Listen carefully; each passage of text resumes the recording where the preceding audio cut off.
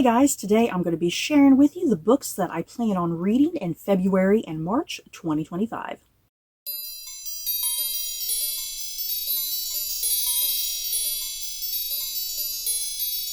So before we head into the books I plan on reading for February and March, let's rewind to the past 2 months. My reading went very well there. I feel like I actually got quite a bit more read than anticipated to some degree, which is nice. But yeah, that TBR went really well. Yeah, just a few disappointments in that TBR, but for the most part, a really good TBR, I think, full of some good books. And yeah, as always, video reviews for books will come sometime in the far future. I'm so far behind on videos. I film the book reviews, but yeah, they do not go up anytime soon because there's only so many videos I can upload a month. So yeah, there's that. Video reviews will come sometime, but yeah, my written reviews, if you are curious about my thoughts on a book as soon as I'm done reading it, my written reviews go up immediately over on Goodreads if you want to check that out. So let's get going with what I plan on reading for February and March of 2025. To start off with really quickly, I am going to finish up this rather large bind up right here of The Snow Queen and Other Winter Tales. I started this in my previous TBR, and I actually only intended to read a couple hundred pages of this because I thought this was going to take me multiple TBRs to get through, but I actually ended up getting through over half of this book, which I'm really glad that I did. So yeah, I actually only have a couple hundred pages left of this to read, so I'll get done with it within about a couple days or so, which is nice. So yeah, for this TBR, I plan on finishing this up at some point since, like I said, it only has a couple hundred more pages left, and then I'll be done with it. Something that I did starting in January last year of 2024, something that I started, I wanted to make my way through all of my Philippa Gregory books, especially the ones that are set during like the Plantagenet era or the Tudor era, you know, all that good historical fiction. So I wanted to get through that entire series by Philippa Gregory, and a lot of it was rereads for me, which I enjoyed greatly last year, and there were a small scattering of books in that series that I hadn't got to. That was my first time reading. So I did. I spent all 12 months last year in 2024, every month reading or rereading a Philippa Gregory book, just depending. So yeah, I have 2 books left to finish up for Philippa Gregory's Plantagenet and Tudor series. So the first one that I will be reading is this one right here, The Last Tudor. Ooh, and this has a really neat inside. It has kind of like a manuscript sort of thing going on. That's really cool. I like the inside of this. So yeah, the synopsis of this one. Jane Grey was Queen of England for 9 days. Her father and his allies crowned her instead of the dead king's half-sister Mary Tudor, who quickly mustered an army, claimed her throne, and locked Jane in the Tower of London. When Jane refused to betray her Protestant faith, Mary sent her to the executioner's block, where Jane transformed her father's greedy power grab into tragic martyrdom. Catherine, her younger sister, has no intention of dying. She intends to enjoy her beauty and her youth and fall in love, but she is heir to the insecure and infertile Queen Mary, and then to her half-sister Queen Elizabeth, who will never allow Catherine to marry and produce a Tudor son. When Catherine's pregnancy betrays her secret marriage, she faces imprisonment in the Tower only yards from her sister's scaffold. So yeah, this book is supposed to be focused on Catherine Grey, who is like one of the younger sisters to Lady Jane Grey, who is one of the possible claimants to the throne. You know, seriously, this time period in Tudor history was insane. The amount of people who could sit and just usurp the throne if they so desired. So yeah, this book, I can't wait to get to this, because I know a lot about, like, you know, Lady Jane Grey, obviously, so I'm curious, you know, focusing on one of her sisters instead and kind of her history and story. So yeah, this will be a brand new read for me. And then to finish up my Philippa Gregory collection, I have The Other Queen, and this will be a reread for me. And yeah, the last time I reread this book, you guys, was probably a good 15 years ago at this point, maybe 20 years ago. I'm not quite sure. It has been a very, very long time since I read this book. And this is about Mary Queen of Scots, who was cousin to Queen Elizabeth I. And yeah, Mary Queen of Scots had a pretty great claim to the throne of England, you guys. And she was a huge threat to the Tudors and to Elizabeth I and whatnot. And yeah, if you know the story of Mary Queen of Scots, eventually she is imprisoned and she is beheaded and executed at some point. So yeah, like I said, this will be a reread for me. And when I first read this book, like I said, it's probably been a good 15-20 years since I last read this book. I didn't know a hell of a lot at all about Mary Queen of Scots whatsoever. My only information about Mary Queen of Scots at that time, I believe that second Elizabeth movie with Cate Blanchett, that movie had come out, and Mary Queen of Scots was in that movie, and she was played by Samantha Morton, right? It was Samantha Morton, correct?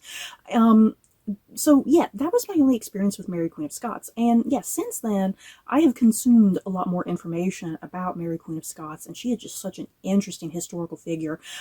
So I'm hoping I will actually, during this reread, I'm really hoping I will appreciate this far better than I did the first time. I'm expecting that I will. So the next couple books I plan on reading as well for this TBR come from the Last Kingdom series by Bernard Cornwell. And that was something I started in January. I wanted to get going with this series. And so each TBR, I'm going to be reading a couple books at a time, because there's like 13 books in the series. So by the time we get to December of this year, I want to be completely done with the Last Kingdom series. So yeah, the next two books in the series, like I said, the Last Kingdom series by Bernard Cornwell. The next book in the series is book number 3, and that is Lords of the North. And then the fourth book is I'm trying to get the shine and the glare off of there, you guys. Yeah, can you see it? That's going to be Sword Song. And yeah, The Last Kingdom, I love the TV series on Netflix, you guys. And last year I had like a huge binge rewatch of the entire series, and that got me just so like obsessed that I wanted to finally start this book series by Bernard Cornwell. And yeah, with the TV show kind of fresh in my memory, you know, so yeah. So far, the books that I have read from the series, like I said, I've read 2 of them. So far, I'm really enjoying this series. They're really fun and action-packed. So yeah, moving on to books 3 and 4. Next, I plan on reading this book right here, After Alice by Gregory Maguire. I have had this book sitting on my shelves for a very long time, and I feel like it's just been ridiculous that I've not gotten around to this just yet. And it's a really tiny book, and I'm curious how this read is going to go, because Gregory Maguire is very hit or miss for me. Half of his books I love and adore, and then the other half, it's like, oh no, that was terrible. Because like I love the Wicked series by Gregory Maguire. I love Confessions of an Ugly Stepsister. I love Mirror Mirror. But yeah, just some of the other books have been huge, massive disappointments for me. So yeah, like I said, this book may go up or down for me. And on Goodreads, it has a very low rating. So I'm really worried because of the rating on Goodreads, because it's under a 3. Because on Goodreads, if something has a 3 or above, I consider that a good thing, because 3 stars is like the average, you know? I don't consider 3 stars to be bad at all. That just means it's an average of book. But yeah, when it starts to go under 3 stars, that's a problem. So I'm like I said, this book has under 3 stars. It's like at a 2 point something on Goodreads, so I'm a little concerned. So we shall see how this goes. So yeah, what is this book actually about? Because, I mean, you can obviously tell it has something to do with Alice in Wonderland. When Alice toppled down the rabbit hole 150 years ago, she found a wonderland as rife with inconsistent rules and abrasive egos as the world she left behind. But what of that world? How did 1860s Oxford react to Alice's disappearance? Ada, a friend of Alice's, mentioned briefly in Alice's Adventures in Wonderland, is off to visit her friend, but arrives a moment too late and tumbles down the rabbit hole herself. Ada brings to Wonderland her own imperfect apprehension of cause and effect as she embarks on an odyssey to find Alice and see her safely home from this surreal world below the world. The White Rabbit, the Cheshire Cat, the bloodthirsty Queen of Hearts, droll and imperious as always, interrupt their mad tea party to suggest a conundrum. If Eurydice can ever be returned to the arms of Orpheus, or if Lazarus can be raised from the tomb, perhaps Alice can be returned to life. In any case, everything that happens next is after Alice. So yeah, this is a sort of Alice in Wonderland retelling in a sense, but yeah, focused on like a friend of Alice's who happens to go down the rabbit hole as well. So I guess we shall see how this goes. Next up, I plan on reading this book right here, and this is Maya and Natasha by Elise Durham. And if you can't tell from this atrocious cover right here, this is actually an advanced reader's copy that I won through a Goodreads giveaway. Yay, thank you Goodreads for this. I love winning books on Goodreads. Yeah, I think I'll briefly pop up what the actual cover looks like for this book, because yeah, the actual cover is much nicer, but yeah, this is what they sent me, alas.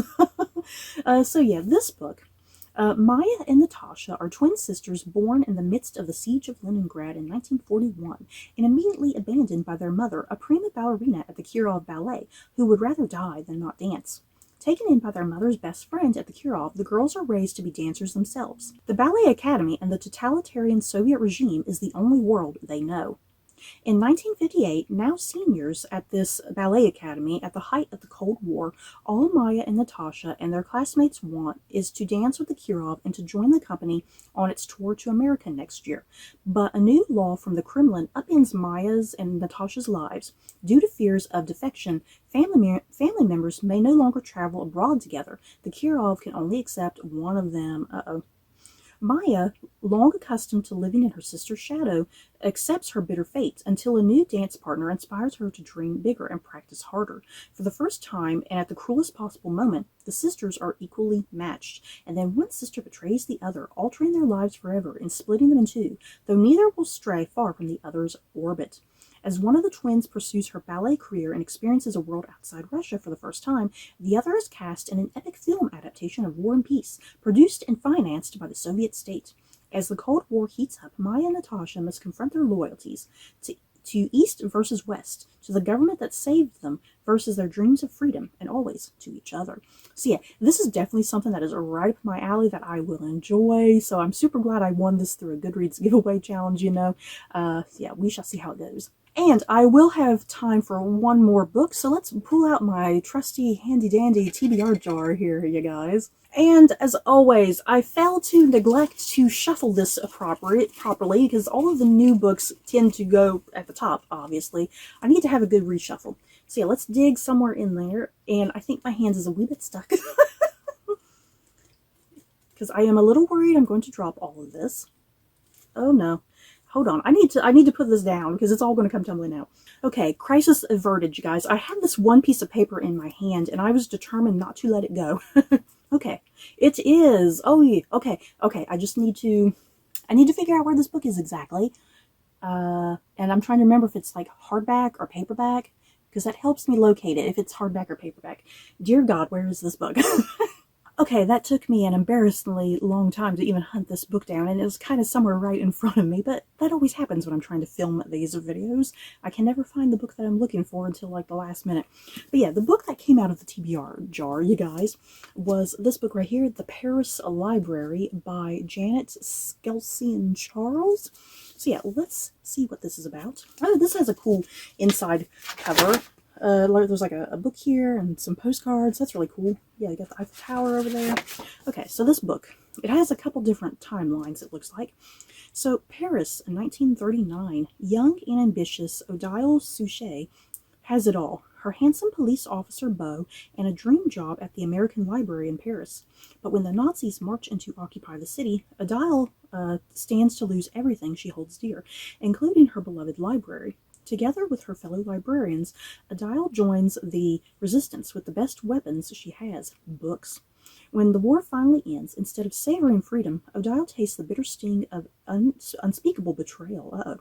So then we move to Montana in 1983. Lily is a lonely teenager looking for adventure in small-town Montana, and the air of mystery about her solitary elderly neighbor from Paris piques her interest.